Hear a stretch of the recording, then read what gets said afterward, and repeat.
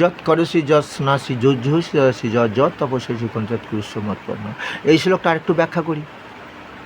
আমরা দেখি আমার ঠাকমা, হ্যাঁ, মা বিপত্তারিণীব্রত, মা তারামায়ের পুজো, গুরুরাজের পুজো, মা লক্ষ্মীর পুজো, আমার মা দুর্গতি নাশিনীর পুজো, সত্যনারায়ণ পুজো, কত পুজো করলেন, হ্যাঁ। কিন্তু দেখা গেল সেই মৃত্যুর পর ওই দেহটা তোলে, তখন সবাই মিলে বলছে বলো হরি হরি বল। মানে কি, এই হরিবলটাই তো কলিযুগের মহামন্ত্র।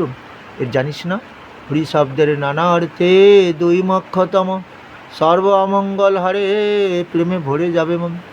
এই যে হরিবল বললে, তোর সামনে যে অমঙ্গল আসছে ওটা মঙ্গল হবে, অর্থাৎ পরম মঙ্গল হবে, আর মনটা প্রেমে ভরে যাবে। কারণ কলিযুগের ছেলেমেয়েরা বাবা মা মানবে না, বয়োজ্যেষ্ঠ ব্যক্তি মানবে না, হ্যাঁ, বোঝা যাচ্ছে, বিবাহ ব্যবস্থা মানবে না, আর কি বলছে, হ্যাঁ, বিবাহ ব্যবস্থা মানবে না, মদ হবে তাদের প্রিয় পানীয়। তাহলে হরিনাম বেটি তাদের শ্রবণ করানো হয়, নিশ্চয়ই তারা পাপমুক্ত হয়ে যাবে, কাম ক্রোধ লোভের বশবর্তী হবে না, আদর্শ সন্তান হবে, যে সন্তান দিয়ে ভারতবর্ষের মঙ্গল করানো যাবে তাকে দিয়ে। তাই আমার সেই গৌরাঙ্গ মহাপ্রভু আমাদের তাই বলেছিলেন যে শোনো, হ্যাঁ, এই হরিনাম নিজে গাইতে হবে।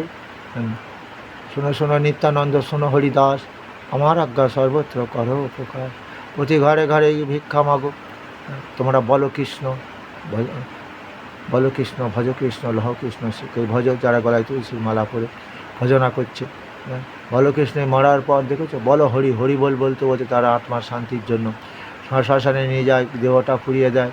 আবার 11 বা 13 দিনে শ্রাদ্ধ শব্দের অর্থ হলো শ্রদ্ধার অর্ঘ্য দিয়ে ভগবান বিষ্ণু দেবতার পুজো করে, কারণ সেই বিষ্ণু দেবতা আমাদের পালন করছে। সেই জন্য আমরা সবাই বৈষ্ণব।